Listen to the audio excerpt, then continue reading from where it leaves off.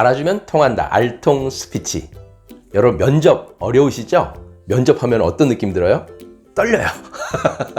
면접은 떨린다. 면접 이퀄 떨린다.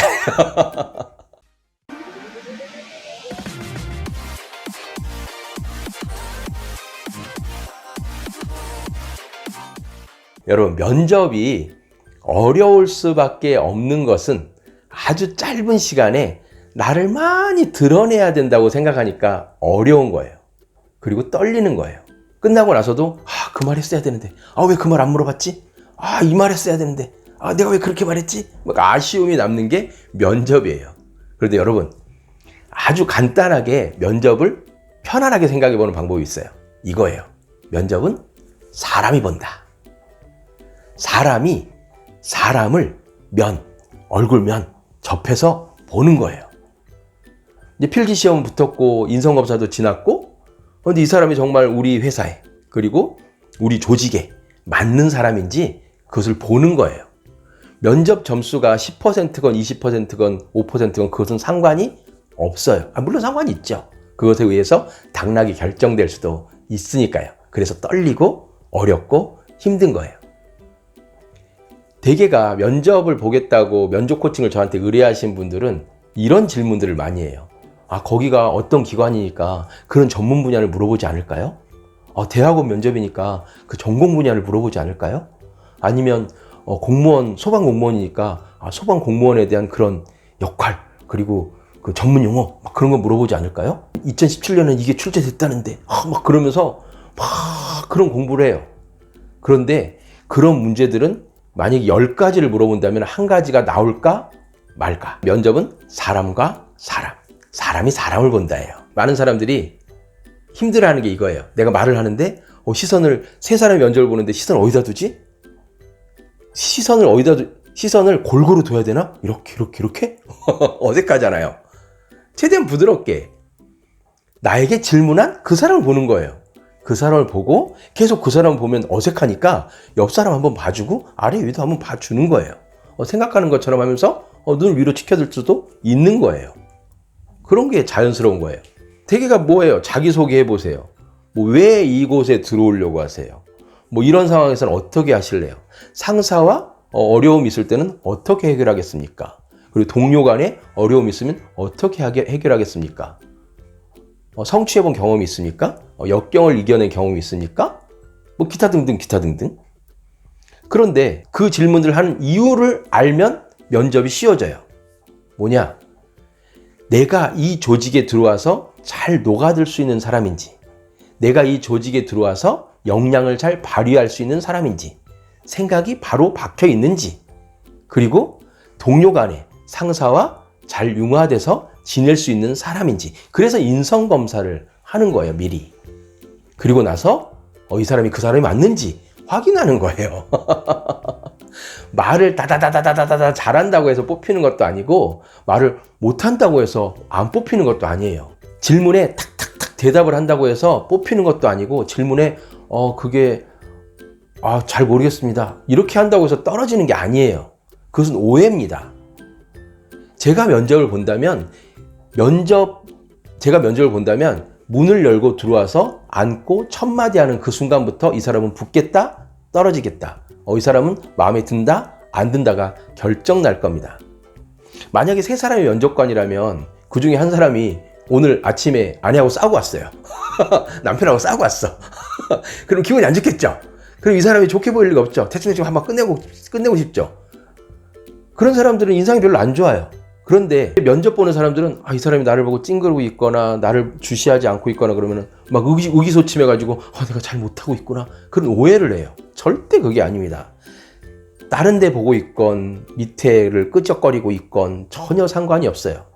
여러분이 낸 자소서, 여러분이 낸 이 원서를 그대로 다 통독하고 오는 면접관은 그리 많지 않아요. 자소서를 진실하게 잘 써야 되는 이유도 여기에 있어요. 뭐냐?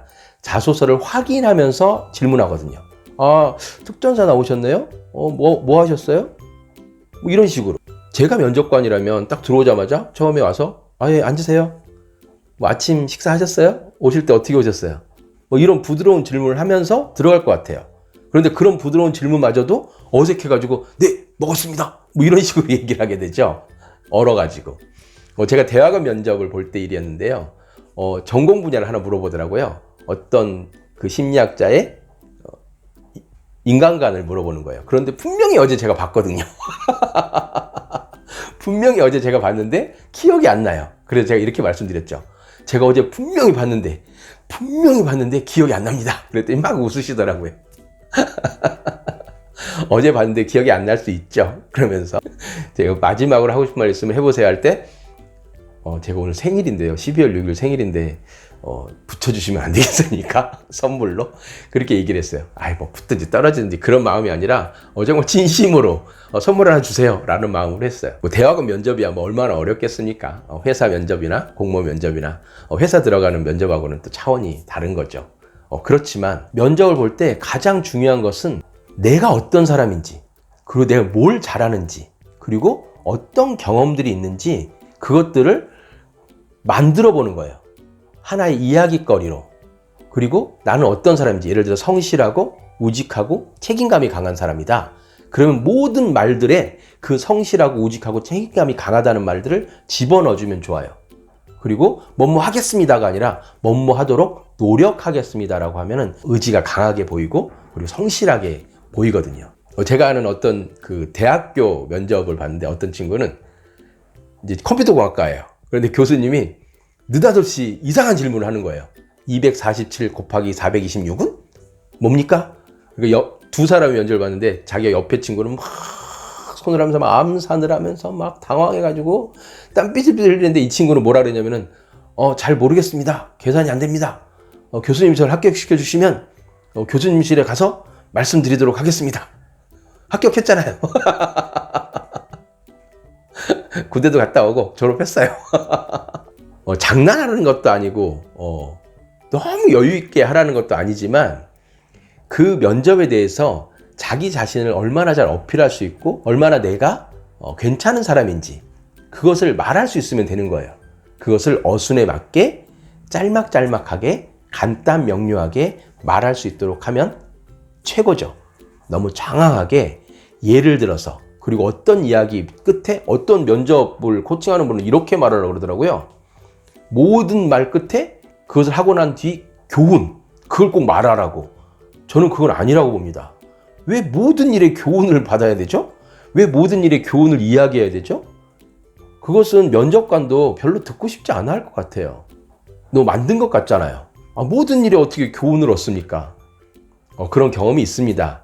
그런 곳에서 저는 뭘 느꼈습니다. 라고 할 수도 있겠지만 중요한 팁 하나 또 드릴게요.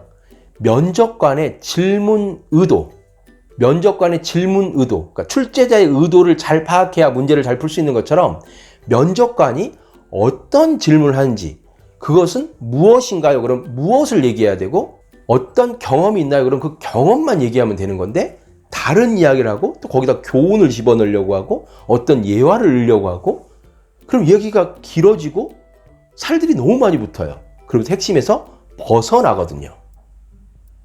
그래서 질문자의 의도 파악 아주 중요합니다. 면접에 관해서는 차근차근 또 해나가도록 하겠습니다. 오늘 이 영상 좋으셨다면 칭찬과 격려, 구독과 좋아요 부탁드립니다. 감사합니다.